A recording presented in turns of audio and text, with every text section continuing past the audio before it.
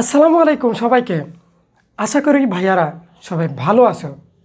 আজকে আমরা দেখো আমাদের পদার্থবিজ্ঞানের ভৌত রাশি ও পরিমাপ যে চ্যাপ্টারটা রয়েছে এক ক্লাসের মাধ্যমেই এই চ্যাপ্টারটা আজকে আমরা শেষ করব এবং এমনভাবে দেখব যাতে তোমাদের সৃজনশীলে যাতে আর কোনো সমস্যা না হয়। তোমরা অনেকেই বলছো ভাইয়া এই চ্যাপ্টারে সৃজনশীল আমাদের অনেক সমস্যা হয়। তা আজকে দেখো এক ক্লাসের মাধ্যমেই আমরা স্লাইড ক্যালিপার্স, স্ক্রু গার্ডস, তারপর স্লাইড ক্যালিপার্স এবং স্ক্রু গার্ডসের যে আপেক্ষিক ত্রুটিগুলো রয়েছে সবগুলো দেখব। আশা করি এই একটি ক্লাস করার পর আর কারো সমস্যা হবে না। তো চলো শুরু করা যাক। প্রথমে দেখো আমাদের স্লাইড ক্যালিপার্স,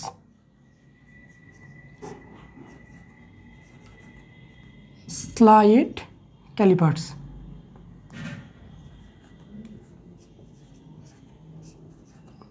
স্লাইড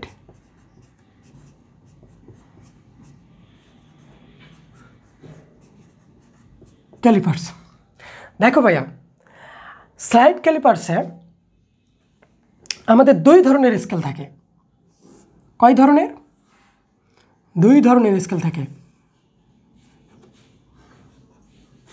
একটা হচ্ছে প্রধান স্কেল,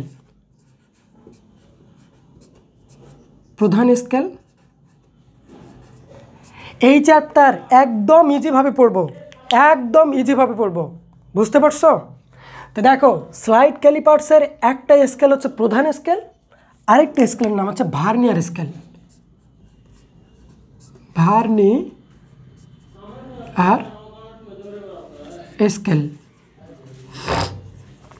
বুঝতে পারছো? এখন দেখো ভাইয়া, প্রধান স্কেল জিনিসটা কি আর হচ্ছে ভার্নিয়ার স্কেল জিনিসটা কি, এই দুটো একটু ভালো করে আমরা দেখব। আচ্ছা, তাহলে একটা হচ্ছে প্রধান স্কেল, আরেকটা হচ্ছে ভার্নিয়ার স্কেল। এখন কথা হচ্ছে ভাইয়া প্রধান স্কেল কোনটা? দেখো তো আমরা যে স্কেলটা ব্যবহার করি, আমরা স্কেল ব্যবহার করি তাই না? এই স্কেলের মধ্যে দাগ কাটা থাকে 1 2 3 4, তারপর বড় করে একটা 5, আবার 1 2 3 4, আবার বড় করে একটা 5, মানে এইভাবে 1 সেন্টিমিটার করে কাটা থাকে। আবার কি দেওয়া থাকে? 1 2 3 4 5, আবার দেওয়া থাকে 1 2 3 4 5, আবার এইভাবে দেওয়া থাকে 1 2 3 4 5। তো এইভাবে ধরো আমাদের স্কেলগুলো থাকে তাই না? আবার 1 2। তো এইটা আমরা যে স্কেল ইউজ করি পরীক্ষার খাতায় এবং মার্জিন টানার জন্যে, তো মনে রাখবা প্রধান স্কেল বলতে আমরা যেই স্কেলটা ইউজ করি সেটাকে বোঝাই, এর বেশি কিছু জানার দরকার নেই। আমরা এই চ্যাপ্টারটা একদম ইজিভাবে পড়ব, বুঝতে পারছো? আরেকটা রয়েছে ভার্নিয়ার স্কেল। তো এখন দেখো আমার এই স্লাইড ক্যালিপার্সের মধ্যে আমাদের ভার্নিয়ার একটা ধ্রুবক রয়েছে। দেখো ভার্নিয়ার স্কেল রয়েছে, এই স্লাইড ক্যালিপার্সের মধ্যে একটা প্রধান স্কেল থাকে এইরকম, আর একটা স্লাইড ক্যালিপার্সের উপরে একটা স্কেল থাকে, ওইটা হচ্ছে ভার্নিয়ার স্কেল, বুঝতে পারছো? তো দেখো ভার্নিয়ার স্কেলের মধ্যে একটা ভার্নিয়ার ধ্রুবক থাকে। তাহলে থাম্বনেল দিই, দেখো ভার্নিয়ার ধ্রুবক। আমরা এই চ্যাপ্টার একদম ইজিভাবে পড়ব। ভার্নিয়ার ধ্রুবক একে ভিসি দ্বারা প্রকাশ করে, বুঝতে পারছো? তাহলে ভার্নিয়ার ধ্রুবক কি? ভিসি সমান S মাইনাস এক্স, এইটা একটা। আরেকটা রয়েছে ভাইয়া ভিসি সমান S বাই এন। এই হচ্ছে ভার্নিয়ার ধ্রুবকের দুইটা, এই ভার্নিয়ার স্কেলের মধ্যে দুইটা ধ্রুবক থাকে, এই হচ্ছে ভার্নিয়ার ধ্রুবক। বুঝতে পারতেছো কি? একদম ইজিভাবে পড়বো, কোনো কঠিন না। তাহলে ভার্নিয়ার স্কেলের মধ্যে ভার্নিয়ার ধ্রুবক থাকে, যার একটা সূত্র হচ্ছে ভিসি সমান এস মাইনাস এক্স, আরেকটা হচ্ছে ভিসি সমান এস বাই এন। তো এদের প্রকাশগুলো একটু আমরা দেখি। দেখো তো এইখানে ভিসি কি, ভিসি তো দিয়েই দিছি তাই না, ভার্নিয়ার ধ্রুবক ভিসি। আর এস কি, এস এস হচ্ছে ভালো করে দেখো ভাইয়া, আমাদের যে প্রধান স্কেল রয়েছে এই প্রধান স্কেলের ক্ষুদ্রতম এক ভাগের দৈর্ঘ্য। আমি এক কথাটা আগে লিখি, প্রধান স্কেলের ক্ষুদ্রতম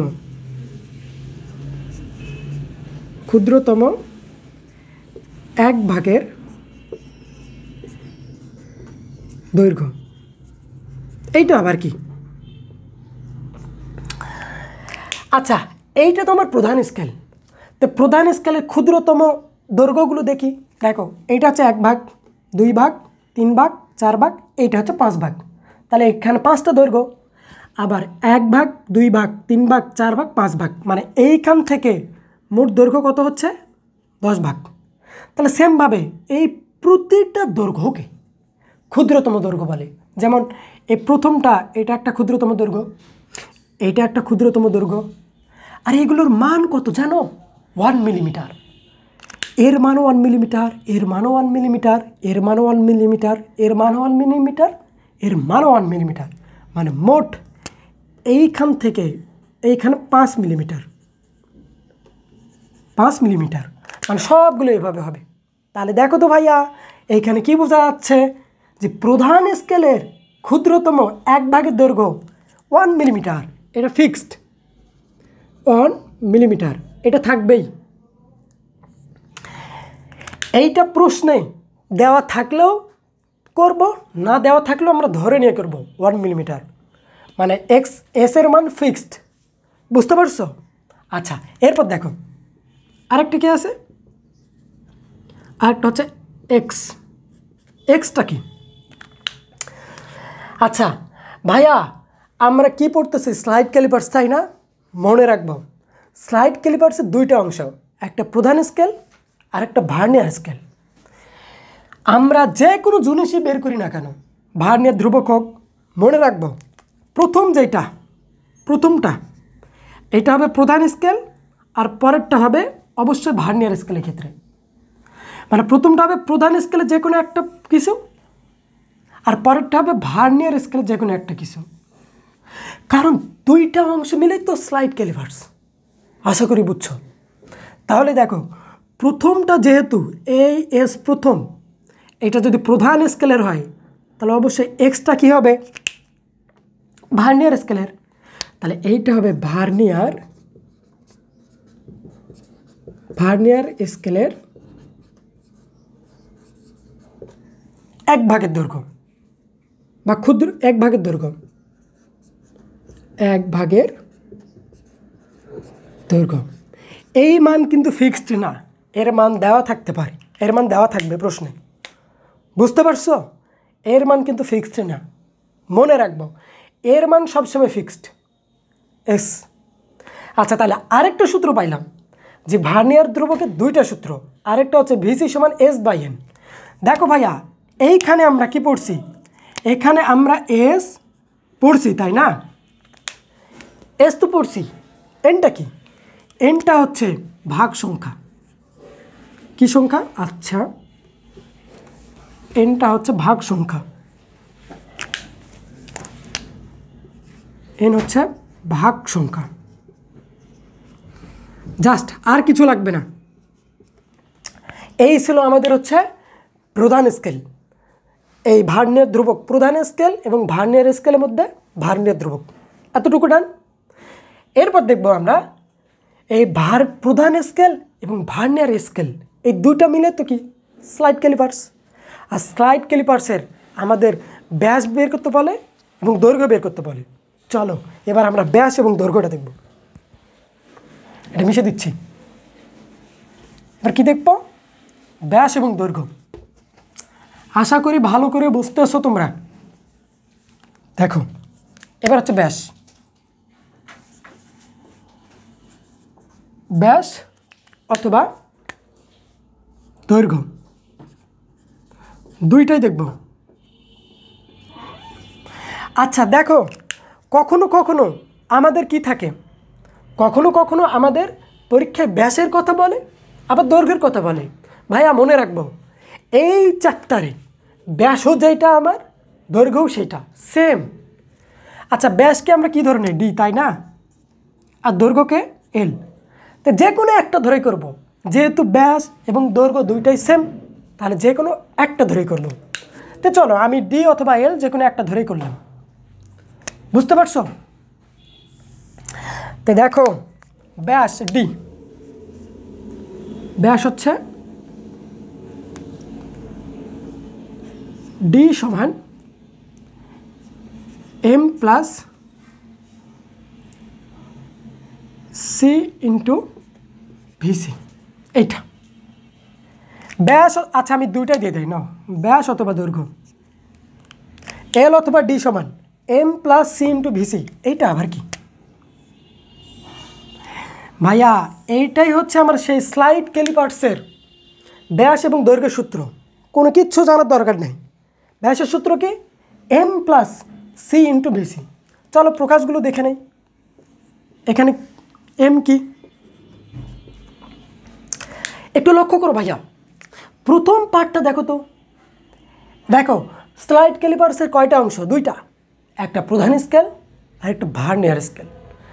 তো কী বলছি, সব সময় যেহেতু স্কেল দুইটা, তার মানে দুইটা অংশ থাকবে, মানে দুইটা পার্ট।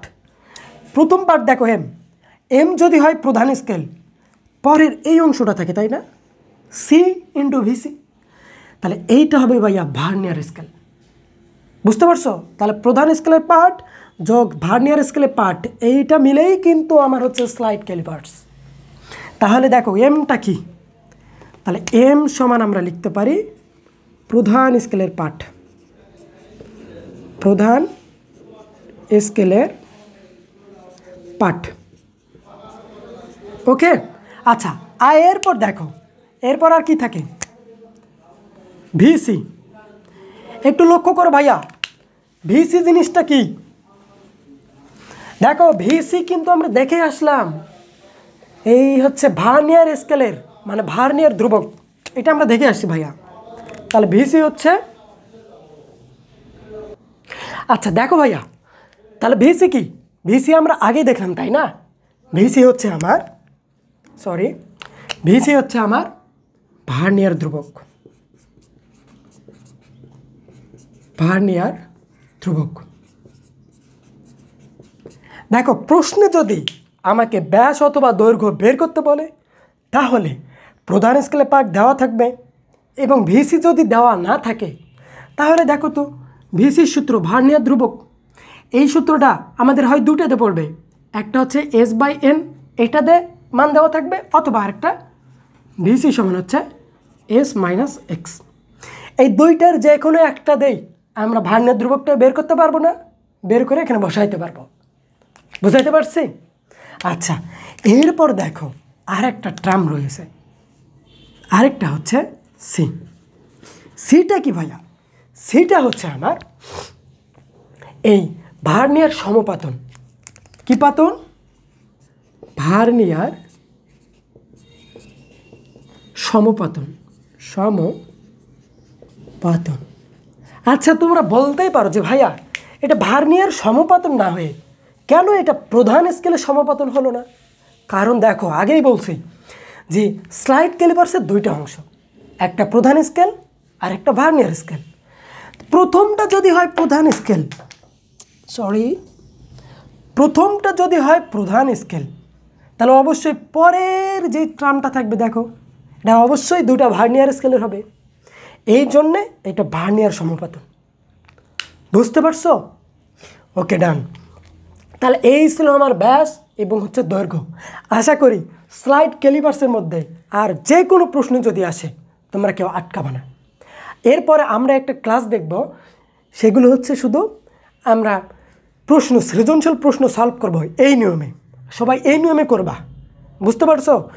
গাইডে যেভাবে দেওয়া আছে এগুলো তোমরা দেখবা না, অ্যান্সার এই নিয়মে করবা। আমার আশা বিশ্বাস একটা তো তোমরা আটকাবে না। তাহলে স্লাইড ক্যালিপার শেষ। এইবার দেখো আমরা স্ক্রু গজ নিয়ে পড়বো। ডান। দেখো স্লাইড ক্যালিপার্সের বেসিক শেষ, এবারে স্ক্রু গজ।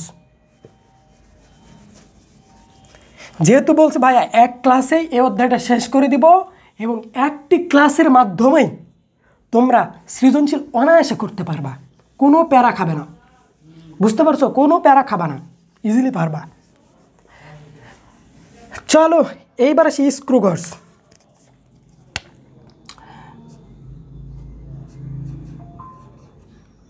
স্ক্রু গজ। আচ্ছা ভাই দেখো আমাদের স্ক্রু গজে যে রয়েছে, স্ক্রু গজের মধ্যেও দুইটা স্কেল থাকে। চলো আমরা লিখে ফেলি। স্ক্রু গজের মধ্যে কয়টা স্কেল? দুইটা। একটা হচ্ছে রৈখিক স্কেল,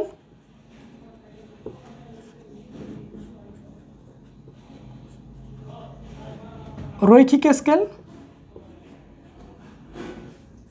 আরেকটা হচ্ছে ভাইয়া বৃত্তাকার স্কেল।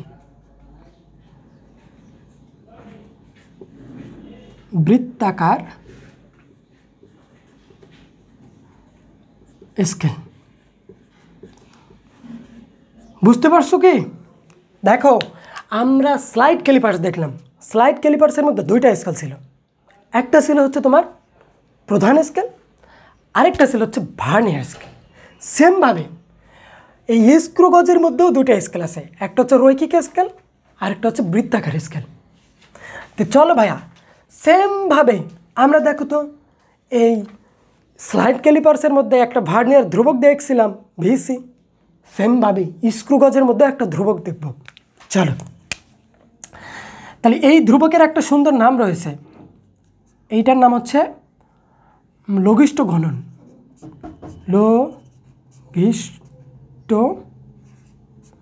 লঘিষ্ঠ গণন,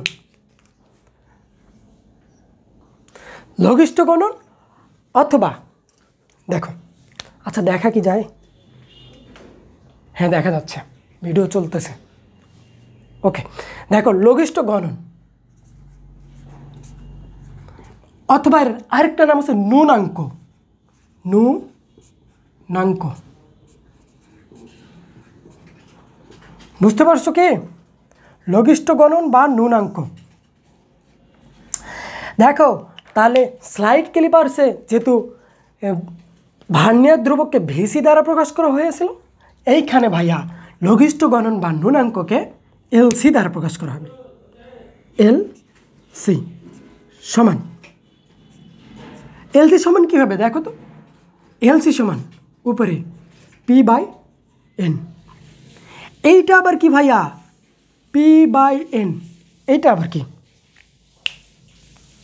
আহা কারেন্ট চলে গেছে। ওকে ভাইয়া দেখো একটু কারেন্ট চলে গেছিলো। হ্যাঁ আমরা শুরু করি। দেখো এলসি সমান P/N চলতেছে। হ্যাঁ চলতেছে।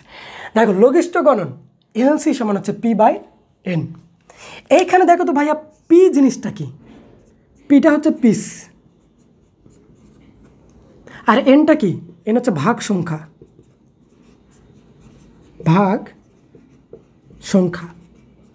আচ্ছা পিসটা নিয়ে যদি একটু বলি, দেখো আমাদের রাস্তায় হচ্ছে আমরা যখন ক্লাস 9-10-এ পড়ছিলাম, স্যারে একটা প্রশ্ন ধরেছিল পিস কি।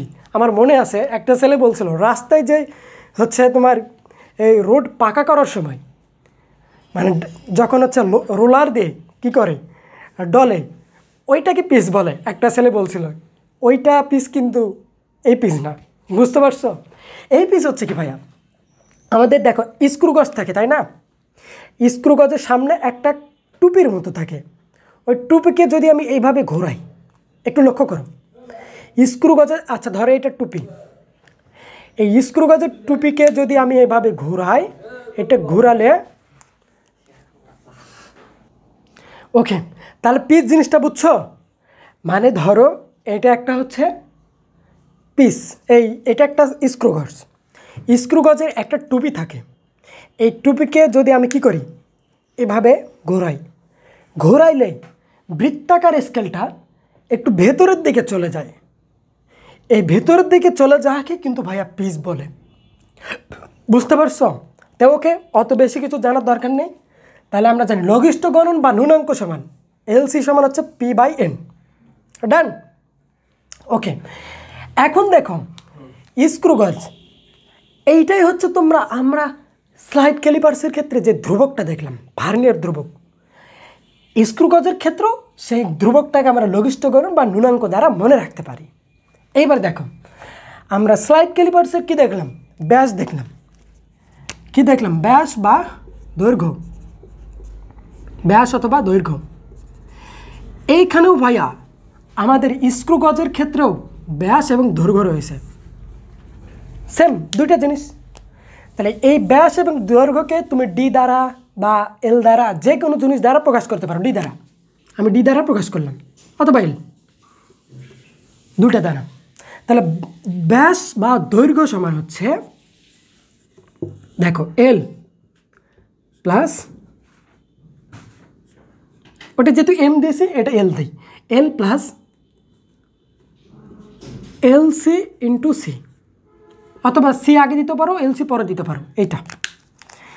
এইটা হচ্ছে আমার সেই স্ক্রু গজের ব্যাস বা দৈর্ঘ্যের সূত্র। তো পরীক্ষায় ভাইয়া যদি স্ক্রু গজের আমার ব্যাস এবং দৈর্ঘ্য বের করতে বলে, তাহলে লিখব এল অথবা ডি সমান এল প্লাস এলসি ইন্টু সি। চলো এগুলোর পরিচয়গুলো একটু জেনে নেই আমরা। এলটা কি? আগেই বলছে ভাইয়া, দেখো স্ক্রু গজের কয়টা অংশ? দুইটা, একটা রৈখিক স্কেল আর একটা বৃত্তাকার স্কেল। তো প্রথমটা দেখো, প্রথমে এইখানে কয়টা অংশ দেখো তো? দুইটা, এটা একটা, এটা একটা। তাহলে প্রথমটা যদি হয় রৈখিক স্কেল, তাহলে এল হচ্ছে রৈখিক স্কেল, রৈখিক স্কেলের পার্ট, স্কেলের পার্ট। তাহলে দুই নম্বরটা কী হবে? অবশ্যই বৃত্তাকার স্কেলের পার্ট। তো একটু আলাদা আলাদা করে আমরা দেখি। হ্যাঁ, তাহলে এলসি কি? দেখো ভাইয়া, এলসি আমরা দেখে আসছি লঘিষ্ঠ গণন বা ন্যূনাঙ্ক। তাহলে ন্যূনাঙ্ক, ন্যূনাঙ্ক, বুঝতে পারছো? লঘিষ্ঠ গণন বা ন্যূনাঙ্ক এলসি। আর সি কি? আচ্ছা, আমরা স্লাইড ক্যালিপার্সে দেখলাম ওইখানে সি কি ছিল? ওইখানে ভাইয়া ভার্নিয়ার সমপাতন ছিল, তাই না? তাহলে এইখানে কি হবে? বৃত্তাকার সমপাতন। তাহলে এইটা হবে বৃত্তাকার,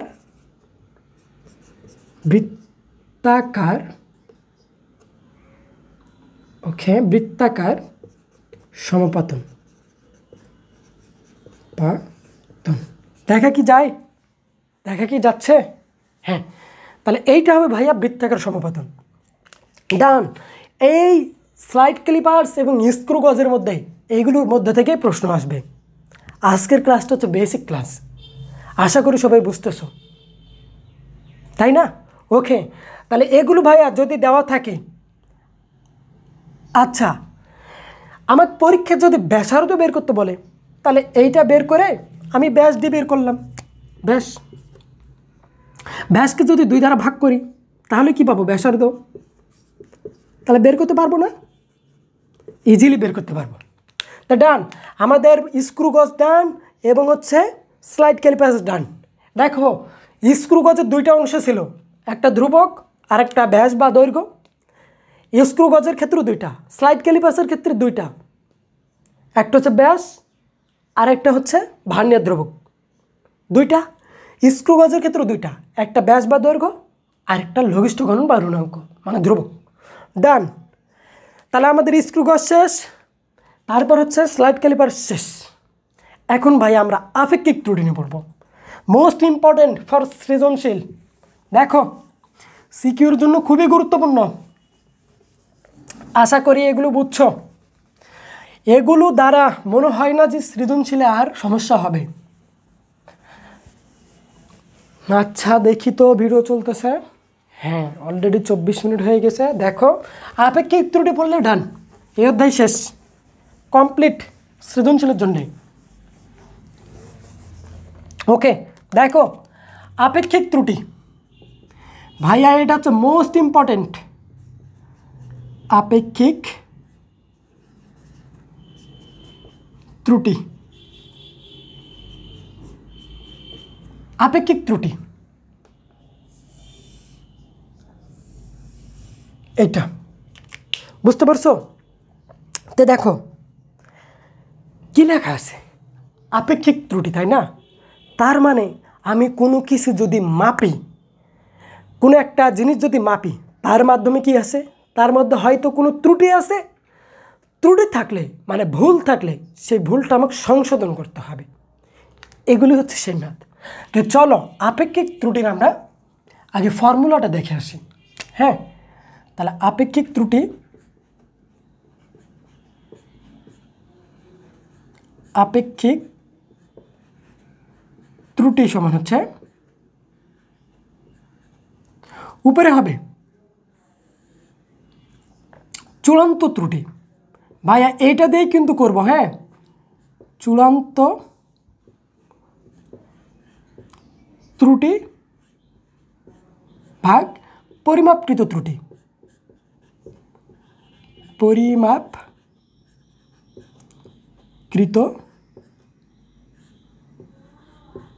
ত্রুটি ইন্টু 100%, ইন্টু কি 100%। এইটা তাহলে দেখো আপেক্ষিক ত্রুটির আমার সূত্র কোনটা? এটা আপেক্ষিক ত্রুটি সমান উপরে হবে চূড়ান্ত ত্রুটি, নিচে হবে পরিমাপকৃত ত্রুটি ইন্টু 100%। ওকে, তো দেখো এই আপেক্ষিক ত্রুটিটা আমরা এমনভাবে শিখব আর যাতে কখনো আমরা ভুল না করি। দেখো তোমরা যখন সিকিউ সলভ করবা, বুঝছো, তখন ওই গাইড বই যেভাবে দেওয়া আছে ওইভাবে করতে যাবা না, জাস্ট এই নিয়মটা ফলো করবা। আর কোনো সৃজনশীল মনে হয় না যে সমস্যা হবে। এই নিয়মে করবা, দেখবা তোমার হচ্ছে প্রশ্ন এই আনসার হয়ে গেছে, উত্তর মিলে যাবে। তো দেখো আমি এটা একটু মিশে দেই, সাইডে লিখব আপেক্ষিক ত্রুটির। তাহলে আপেক্ষিক ত্রুটির সূত্র কি? আপেক্ষিক ত্রুটি সমান উপর হবে চূড়ান্ত ত্রুটি,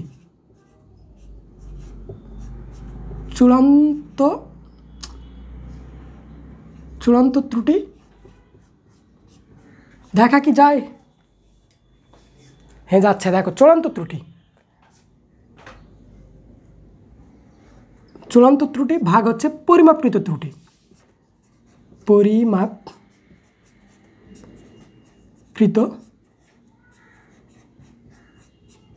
ত্রুটি ইন্টু 100%।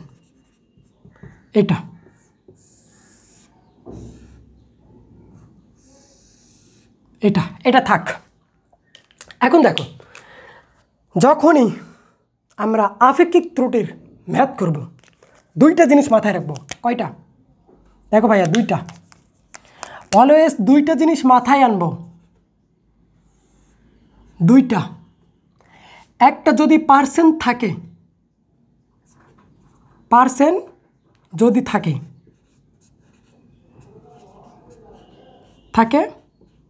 আরেকটা হচ্ছে পার্সেন্ট যদি না থাকে,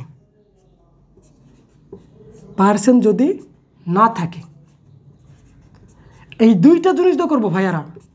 দেখো আপেক্ষিক ত্রুটির ম্যাথে সর্বপ্রথম যে দুইটা জিনিস লক্ষ্য রাখবো সেইটা হচ্ছে, 1 নম্বর, যদি পার্সেন্ট দেখবো আগে ম্যাথে পার্সেন্ট আছে কি না। যদি পার্সেন্ট থাকে এবং পার্সেন্ট যদি না থাকে, পার্সেন্ট যদি না থাকে তাহলে কি করব? পার্সেন্ট যদি না থাকে যেই মানটা থাকবে তার সঙ্গে প্লাস মাইনাস 0.5 দিয়ে দিব। এটা দিতে হবে, অলওয়েজ মাস্ট। যদি পার্সেন্ট না থাকে তাহলে কি দিব? সামনে কিছু একটা বসবে, বাট তারপরে দেখো প্লাস মাইনাস 0.5। আর যদি পার্সেন্ট না থাকে, পার্সেন্ট যদি থাকে তাহলে কি দিব? এখানে 0.5 বসবে না, বাট তোমরা বোঝার সুবিধার্থে আমি এটা দিয়ে রাখতেছি। সামনে একটা কিছু বসবে, তারপর প্লাস মাইনাস ত্রুটি, এইটা তোমরা মনে রাখতে পারো। এইটা যে ত্রুটিটা আমরা বের করব সে ত্রুটিটা লাস্টে বসবে প্লাস মাইনাস দিয়ে, যদি পার্সেন্ট থাকে। আর যদি পার্সেন্ট না থাকে তাহলে প্লাস মাইনাস 0.5 দিয়ে করবো। ওকে, ডান। প্রথম এইটাই আনবা মাথায়, তাহলে অঙ্ক আর সমস্যা হবে না। চলো আমরা একটা ম্যাথ দেখব, একটা ম্যাথ দেখলে এইটা সব ক্লিয়ার হবে। আর শোনো, এই যে ম্যাথটা আমি করাচ্ছি এই ম্যাথের মাধ্যমে তোমরা সবগুলো বাকি যে ম্যাথ আছে না, প্রথমে দেখবা পার্সেন্ট আছে কি না, এবং পার্সেন্ট দেখে তারপর ম্যাথটা করবা। এই ম্যাথের নিয়মই সব পড়ে যাবে। চলো আমরা শুরু করে দেই। ধরো এখানে হচ্ছে এক্সাম্পল একটা, ওকে, ধরো একটা বস্তু, আচ্ছা একটা একটা একটা বস্তু দিলাম, একটি বইয়ের দিলাম, একটি বইয়ের দৈর্ঘ্য দেওয়া আছে ধরো হচ্ছে 10 সেন্টিমিটার, প্রস্থ দেওয়া আছে হচ্ছে, আচ্ছা আমি ওকে প্রস্থ ডিফারেন্ট কালার দিয়ে একটু লিখি, 10 সেন্টিমিটার,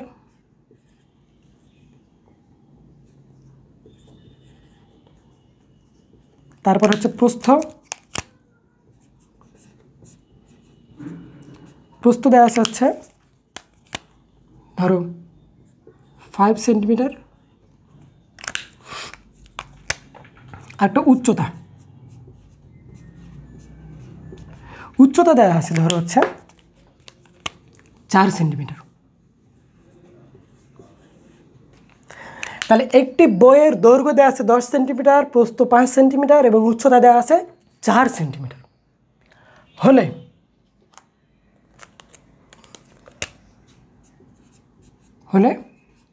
ওই বইয়ের আপেক্ষিক ত্রুটি কত হবে? আপেক্ষিক ত্রুটি কত হবে? এই আজকের বেসিক ক্লাসটা কত হবে? আজকের শোনো, এই বেসিক ক্লাসটা শেষ করার পর আমি এর পরবর্তীতে ভাইয়া দেখবা এই নিয়মের যত সৃজনশীল মানে এইটার মাধ্যমেই সব হয়ে যাবে। বিগত সালের যেই সৃজনশীল প্রশ্ন আছে আমরা সলভ করব এবং দেখবা এই নিয়মে সব পড়ে যাচ্ছে। ওকে, তাই আজকের ভিডিওটা শুধু এক অধ্যায়ের বেসিক ক্লাস, শুধু এক অধ্যায়ের উপর। ডান। তাহলে এইটা একটা, তাহলে আমরা দেখি উত্তর কি হবে।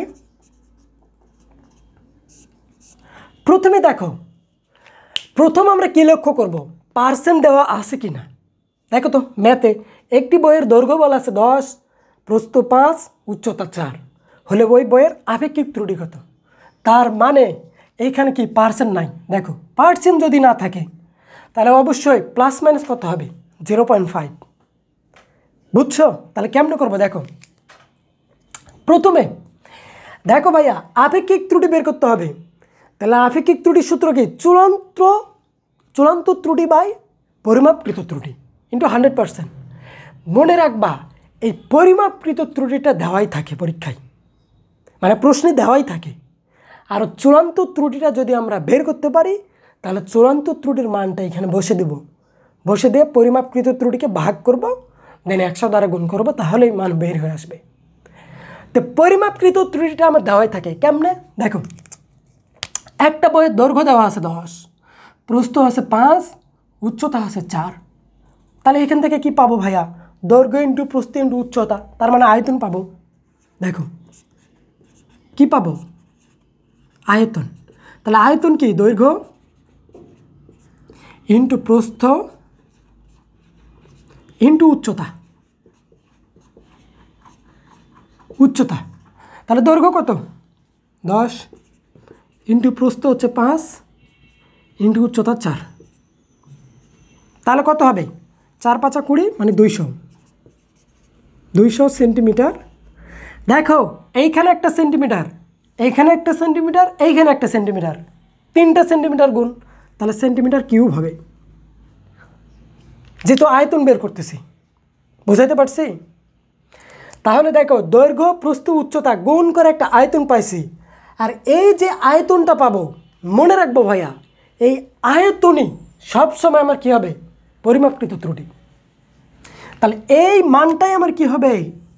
পরিমাপকৃত ত্রুটি। এটাই হবে পরিমাপকৃত ত্রুটির মান। বুঝাইতে পারছি? এখন বলতে পারো ভাইয়া সব সময় কি দৈর্ঘ্য প্রস্থ উচ্চতা দেওয়া থাকবে? না, অন্য কিছু থাকতে পারে। চলো সেগুলোর আয়তনগুলো একটু দেখে আসি। এটা নোট করে নিবা তোমরা ভালো করে। নোট আয়তন আমরা দেখব। দেখো আয়তন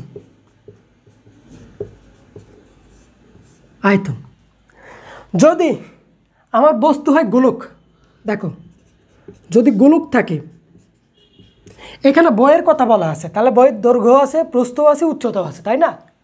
যদি গোলক বলে তাহলে গোলকের আয়তন কত হবে?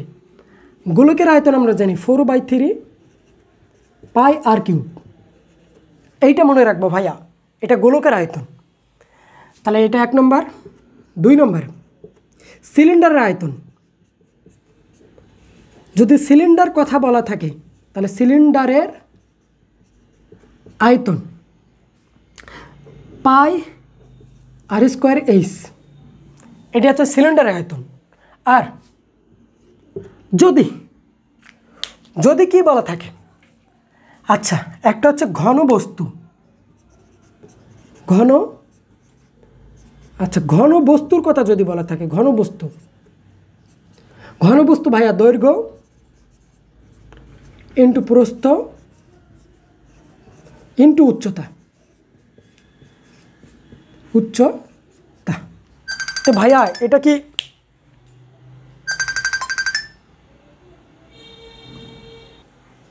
ওকে? দেখো ঘন বস্তু যদি বলা থাকে তাহলে এটা হবে দৈর্ঘ্য প্রস্থ ইন্টু উচ্চতা। দেখো তো ভাইয়া বই কি একটা ঘন বস্তু না?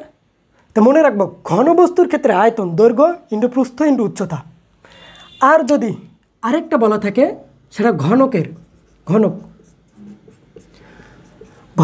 যদি কি বলা থাকে আয়তন বের করতে বলে, তাহলে আমরা কি জানো ভাইয়া ঘনকের আয়তন হচ্ছে বাহুর উপর কিউব, বাহু তারপর কিউব।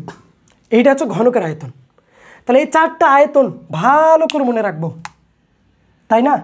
আচ্ছা যদি ক্ষেত্রফল বলে তাহলে ক্ষেত্রফল কি? দৈর্ঘ্য ইন্টু প্রস্থ, ওইটা তো ক্ষেত্রফল এবং ওইটা আয়তন নির্দেশ করবে। তাহলে এগুলোর মধ্যেই পরীক্ষায় আসবে। বুঝতে পারছি মনে হয়? তাহলে মনে রাখবা দৈর্ঘ্য প্রস্থ উচ্চতা দেওয়া আছে, তার মানে আয়তন পাবো। আর এই আয়তনটাই পরিমাপকৃত ত্রুটি। এটা ডান। এখন লাগবে কি? চূড়ান্ত ত্রুটি। তাহলে দেখো চূড়ান্ত ত্রুটি কেমনে বের করব? এইটা একটু মিশে দিচ্ছি, হ্যাঁ এখানে লিখতে হবে, এটা তোমরা নোট করে নিবা। দেখো ওকে, তাহলে এই প্রথম যেটা পাবো এটা কি? পরিমাপকৃত ত্রুটি। আশা করি বুঝছো এটা। এরপর ওকে, তো দেখো আয়তনটা আমরা কি পাইছি? পরিমাপকৃত ত্রুটি পাইছি। এইবার ভাইয়া দেখো আমাদের এইখানে কি এই প্লাস মাইনাস দেখো এইখানে যেহেতু পার্সেন্ট নাই, তার মানে কি হবে? +-0.5। ওকে ডান, আমরা আয়তন বের করছি না, এটা ডান। এইবার একটু দেখো ভাইয়া আমার ত্রুটি বের করতে হবে। ত্রুটি কত? এখন দেখো তো একটি বইয়ের দৈর্ঘ্য দেওয়া আছে 10 সেন্টিমিটার, প্রস্থ দেওয়া আছে 5 সেন্টিমিটার, উচ্চতা দেওয়া আছে 4। তার মানে এগুলো কি সঠিক দৈর্ঘ্য প্রস্থ উচ্চতা? না, এগুলো ত্রুটিপূর্ণ। তার মানে এক্স্যাক্ট দৈর্ঘ্য কত সেটা বের করতে হবে, যেহেতু ম্যাথটা আপেক্ষিক ত্রুটি কত। তাহলে যে দৈর্ঘ্য দেওয়া আছে এটা ভুল, প্রস্থ দেওয়া আছে এটাও ভুল, মানে ত্রুটিপূর্ণ, উচ্চতাও দেওয়া আছে 4, মানে এটাও ত্রুটিপূর্ণ। তাহলে সঠিক কোনটা ওইটা বের করতে হবে। তাহলে দেখো এটা একটা শেষ, আরেকটা কি? 2 নম্বর প্রসেসে দেখো দৈর্ঘ্য দেওয়া আছে কত? দৈর্ঘ্য দেওয়া আছে আমার 10 সেন্টিমিটার। এটা তো ভুল, তাই না? তাহলে প্রকৃত দৈর্ঘ্য কত হবে সেটা বের করব। তাহলে হয়তো প্রকৃত দৈর্ঘ্য আমি যেভাবে করতেছি সব ম্যাথ এইভাবে করবা। প্রকৃত দৈর্ঘ্য এই দেখো ভাইয়া, এই প্রকৃত দৈর্ঘ্যই কী হবে +-0.5। কেন? কারণ দেখো এই ম্যাথে তো কোনো পার্সেন্টেজ নাই, তার মানে আমার দৈর্ঘ্য কত দেওয়া আছে 10, তাহলে এই 10-এর সঙ্গেই যদি আমি +-0.5 কী করি, একবার যোগ করি আরেকবার বিয়োগ করি, তাহলেই কিন্তু ভাই আমি প্রকৃত দৈর্ঘ্যটা পাবো। বুঝাইতে পারছি? তাহলে প্রকৃত দৈর্ঘ্য কত হবে, একবার 10-এর সঙ্গে 0.5 যোগ করো, আরেকবার 10-এর সঙ্গে 0.5 বিয়োগ করো। তার প্রথমে যদি বিয়োগ করি, দেখো 10-এর সঙ্গে 0.5 যদি বিয়োগ করি তাহলে কত আসতেছে 9.5 থেকে আরেকবার যদি যোগ করি 10.5, এইটা বুঝতে পারছো কি? ওকে, তাহলে দেখো এইখানে দৈর্ঘ্য যেটা দেওয়া ছিল আগে 10, তাহলে এটা তো ভুল ছিল। তাহলে প্রকৃত দৈর্ঘ্য কত হবে, যেই দৈর্ঘ্যটা আছে ওটার সঙ্গে +-0.5 যোগ আরেকবার বিয়োগ, তাহলে দেখো 9.5 থেকে 10.5, ডান। তাহলে দেখো ভাইয়া প্রকৃত দৈর্ঘ্য কত হবে, তাহলে এই বইয়ের প্রকৃত দৈর্ঘ্য হবে 9.5 থেকে 10.5, ডান। এরপর কি আছে, প্রস্থ। প্রস্থ প্রস্থ প্রস্থ কত আছে, প্রস্থ আছে হচ্ছে 5 সেন্টিমিটার। ওকে, তাহলে এইটা তো ভুল, তাই না, মানে ত্রুটিপূর্ণ। তাহলে প্রকৃত প্রস্থ কত হবে, প্রকৃত প্রস্থ সমান এটার সঙ্গে দেখো +-0.5 আর সামনে কত হবে 5, তাহলে এটাও করো, কত আসে 5-এর সঙ্গে 0.5 একবার বিয়োগ, তার মানে 4.5 বিয়োগ করে দেখো 4.5 থেকে কত আসতেছে 5.5, ডান। তাহলে দৈর্ঘ্য বের করলাম, প্রস্থ বের করলাম, আরেকটা কে থাকে উচ্চতা। দেখো ভাইয়া আমি কিন্তু বড় একটা ম্যাথ নিয়েই করতেছি, এই ম্যাথটা পারলে তোমরা এইভাবেই সব নিয়মগুলো ফলো করবা, হয়ে যাবে। আরেকটা কি থাকে উচ্চতা। দেখো উচ্চতা, উচ্চতা কত দেওয়া ছিল, উচ্চতা দেওয়া ছিল হচ্ছে 4 সেন্টিমিটার। তাহলে প্রকৃত উচ্চতা কত হবে, নিচে কি দেখা যায়? হ্যাঁ, তাহলে ভাইয়া দেখো প্রকৃত উচ্চতা হবে, প্রকৃত উচ্চতা, প্রকৃত উচ্চতা হবে 4 +-0.5, এইটা। তাহলে দেখো 4-এর সঙ্গে 0.5 একবার যোগ একবার বিয়োগ, তাহলে বিয়োগ করো 3.5 থেকে কত আসতেছে 3.5 থেকে 4.5, এই তো ভাইয়া। এইটা হচ্ছে আরেকটা নিয়ম, মানে 2 নম্বর ধাপ, এটা প্রথম এটা দ্বিতীয়। বুঝতে পারতেছো কি? এইবার একটু লক্ষ্য করো, প্রথম যে দৈর্ঘ্য প্রস্থ উচ্চতা দেওয়া ছিল তার একটা আয়তন পাইছি, তাই না ভাইয়া? আর এই আয়তনই পরিমাপকৃত ত্রুটি। এরপর দেখো এই দৈর্ঘ্য প্রস্থ উচ্চতা এগুলো তো ভুল ছিল, মানে ত্রুটিপূর্ণ, সেগুলো প্রকৃত দৈর্ঘ্য বের করলাম। এইবার দেখো এই প্রকৃত দৈর্ঘ্যের একটা আছে 9.5 থেকে 10.5, মানে একটা হচ্ছে সর্বোচ্চ আর একটা হচ্ছে সর্বনিম্ন দৈর্ঘ্য। আবার প্রস্থর ক্ষেত্রেও দেখো একটা হচ্ছে সর্বোচ্চ প্রস্থ আর একটা সর্বনিম্ন প্রস্থ। এইবার আরেকটা উচ্চতার ক্ষেত্রেও দেখো একটা সর্বোচ্চ উচ্চতা আর একটা সর্বনিম্ন উচ্চতা। তো ভাইয়া এইখানে দৈর্ঘ্য পাচ্ছি 2টা করে, সর্বোচ্চ দৈর্ঘ্য সর্বনিম্ন দৈর্ঘ্য, প্রস্থ পাচ্ছি 2টা, সর্বোচ্চ সর্বনিম্ন, আর উচ্চতাও পাচ্ছি 2টা, সর্বোচ্চ সর্বনিম্ন। তো ভাইয়া দেখো এই যে প্রকৃত দৈর্ঘ্য প্রস্থ উচ্চতা পাইলাম, এগুলো তো গুণ করলে আয়তন পাবো, তাই না? গুড। তাহলে 3 নম্বর জিনিসটা আমরা মুখস্থ রাখবো না কখনো। দেখো 3 নম্বর জিনিসটা কী হবে, আবার আয়তন। কোন আয়তন? সঠিক আয়তনটা। তাহলে এটা প্রথম যে আয়তন ছিল, যেগুলো দেওয়া ছিল মানে পরিমাপ করে দেওয়া ছিল, আর পরে যে আয়তন পাবো সঠিক আয়তন। তাহলে দেখো, তাহলে বের করি সর্বনিম্ন আয়তন, সর্বনিম্ন আয়তন। এটা কেন কেন ভাইয়া সর্বনিম্ন দিলাম? দেখো সবটারই একটা সর্বনিম্ন মান পাইছি, সর্বনিম্ন দৈর্ঘ্য, সর্বনিম্ন প্রস্থ এবং সর্বনিম্ন উচ্চতা, তিনটা গুণ করলে তো সর্বনিম্নই আয়তন পাবো, তাই না?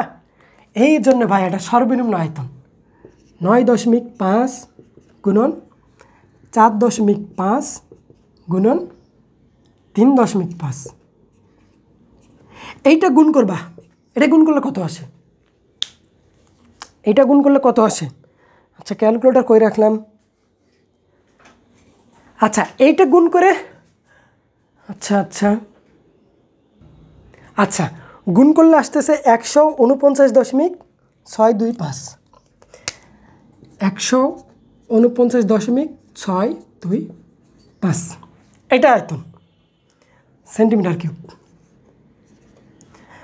তো ভাইয়া দেখো সর্বনিম্ন আয়তন পাইছি, এবার সেমভাবে সর্বোচ্চ দৈর্ঘ্য আছে, সর্বোচ্চ প্রস্থ এবং সর্বনিম্ন উচ্চতা। তাহলে এটারও কি পাবো? সর্বোচ্চ কি পাবো? আয়তন পাবো।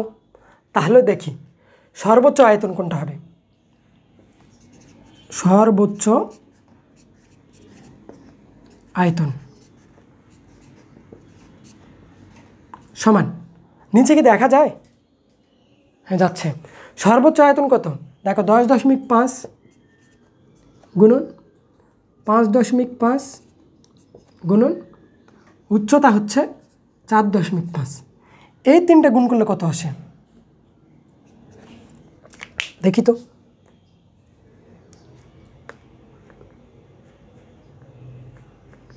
দেখো 10.5 গুণন 5.5 গুণন 4.5 259.875। 259.875 সেন্টিমিটার কিউব। দেখো তাহলে সর্বনিম্ন আয়তন পাইছি, সর্বোচ্চ আয়তন পাইছি, দেখা যায়? হ্যাঁ পাইছি, তাই না? তাহলে এইটা ছিল আরেকটা প্রসেস। তিনটা দেখো, একটা দুইটা তিনটা। সর্বনিম্ন আয়তন পাইছে, সর্বোচ্চ আয়তন পাইছি। এখন কি করব ভাইয়া? আগেই বলতেছি বারবার, প্রথম যেটা দেওয়া ছিল সেটা পরিমাপকৃত আয়তন, মানে পরিমাপকৃত ত্রুটি। সেইটার থেকে আসল দৈর্ঘ্য প্রস্থ বের করে আয়তন বের করলাম দুইটা, একটা সর্বনিম্ন আয়তন আর একটা সর্বোচ্চ আয়তন। পাইছি না? এইবার দেখো ভাইয়া, এইবার সেই চূড়ান্ত ত্রুটিটা আমরা বের করব। দেখো এইটা মিশে দেই, এইবার লক্ষ্য করবা। এইবার দেখো, এইবার আমাদের চূড়ান্ত ত্রুটি,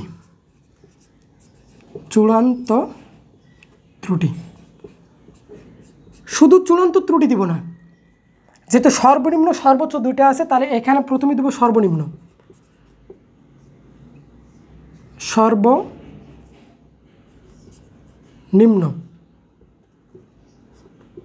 সর্বনিম্ন চূড়ান্ত ত্রুটি সমান, এটা ভাইয়া মডুলাস দিয়ে। দেখো সর্বনিম্ন চূড়ান্ত ত্রুটি এটা কেমনে? দেখো মডুলাস দিয়ে দাও।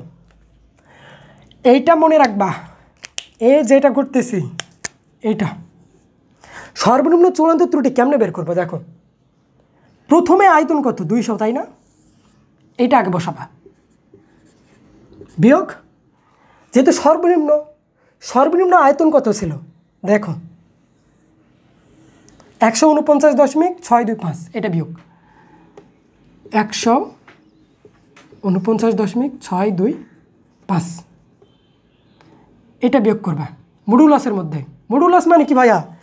এই মডুলাসের মধ্যে যেই মানই থাক, মাইনাস থাক প্লাস থাক, সেটা অলওয়েজ কী হয়? প্লাস, পজিটিভ মান হয়। তাহলে দেখি তো এটা কত আসে। ওকে, 200 মাইনাস 149.625, তার এইটা আসে 50.375। কত পাইছি?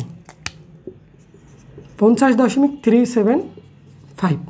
আরেকটা ভাইয়া দেখো, এটা তো সর্বনিম্ন চূড়ান্ত ত্রুটি, তাহলে একটা সর্বোচ্চ চূড়ান্ত ত্রুটি।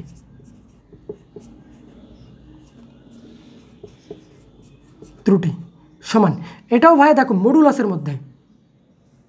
হ্যাঁ, তাহলে সেমভাবে প্রথম আয়তন কত ছিল 200, তাহলে 200 বিয়োগ মাইনাস।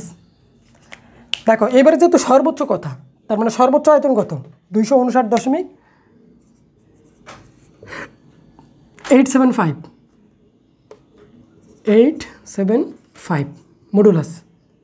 আর মডুলাসের মধ্যে সবসময় কী হবে দেখো 200 থেকে 259 যদি বাদ দেয় তাহলে অবশ্যই মাইনাস মান হওয়ার কথা ছিল, কিন্তু ভাই এটা মডুলাস থাকার কারণে আর মাইনাস হবে না। তাহলে 59 কত হবে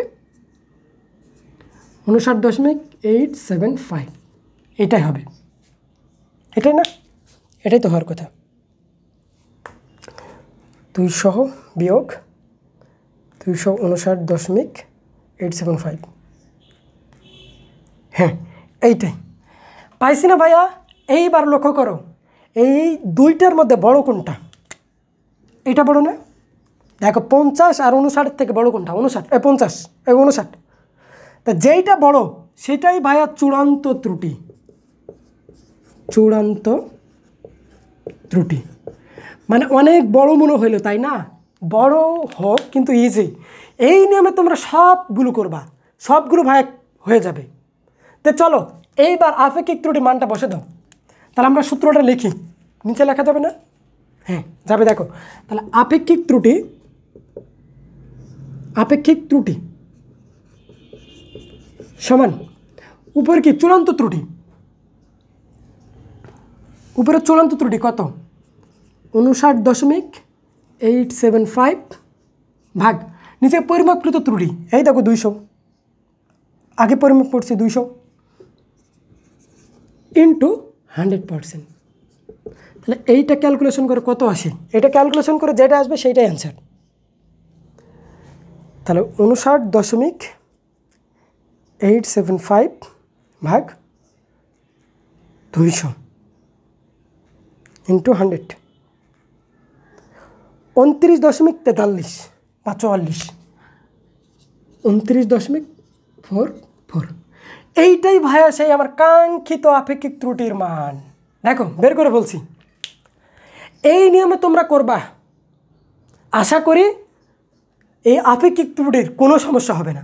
তাই দেখো আজকে এই পর্যন্ত বেসিক ক্লাস আমাদের, আমি পার্সেন্টেজ না থাকলে কেমনে করতে দেখাইলাম, আর যখন সিকিউ সলভ করাবো এরপরেই ক্লাসে আমি দেখাবো, যখন সৃজনশীল সলভ আনবো তখন পার্সেন্টেজ থাকলে কেমনে করব। আশা করি এই নিয়মে সব ম্যাথই তোমরা করতে পারবে। তে প্রসেসটা আরেকবার বলি, দেখো প্রথমে যে দৈর্ঘ্য প্রস্থ দেওয়া থাকবে, দৈর্ঘ্য প্রস্থ উচ্চতা, সেখানে একটা আয়তন পাবো। এই আয়তনটাই আমার কি নিচে পরিমাপকৃত ত্রুটি। আর দেখো তো ভাইয়া দৈর্ঘ্য প্রস্থ উচ্চতা যেগুলো দেওয়া আছে এগুলো তো ভুল, তার মানে সঠিকটা বের করতে হবে। তাহলে প্রকৃত দৈর্ঘ্য বের করব, প্রকৃত প্রস্থ বের করব, প্রকৃত উচ্চতা বের করব। বের করার পরে তাদেরও তো একটা দৈর্ঘ্য প্রস্থ উচ্চতা পাচ্ছি, তাহলে সেখানেও আয়তন পাবো। এবং সেখানে দুইটা পাচ্ছি, সর্বনিম্ন দৈর্ঘ্য সর্বোচ্চ দৈর্ঘ্য, সর্বনিম্ন প্রস্থ সর্বোচ্চ প্রস্থ, সর্বনিম্ন উচ্চতা সর্বোচ্চ উচ্চতা, তাহলে দুইটা করে। তাহলে সর্বনিম্ন একবার আয়তন পাবো, সর্বোচ্চ একবার আয়তন। এখন এই সর্বনিম্ন আয়তনের ক্ষেত্রে চূড়ান্ত ত্রুটি পাবো। দেখো তাহলে মোট আয়তন থেকে সর্বনিম্ন আয়তন একবার বিয়োগ মডুলাস দিয়ে, আবার মোট আয়তন থেকে 200, এই মোট আয়তন থেকে সর্বোচ্চ আয়তন একবার মডুলাসের মধ্যে বিয়োগ। এই দুটার মধ্যে যেটা বড় সেটাই চূড়ান্ত ত্রুটি। ডান। আশা করি এই প্রথম অধ্যায়ের সিকিউ নিয়ে আর কোনো সমস্যা থাকবে না। তা ভাইয়ারা ক্লাস অনেক লেন্দি হয়ে গেছে, আজকে এই পর্যন্তই। দেখা হচ্ছে আমাদের সলভিং ক্লাসে। এই পর্যন্ত সবাই ভালো থাকবা এবং সুস্থ থাকবা। সবাইকে ধন্যবাদ।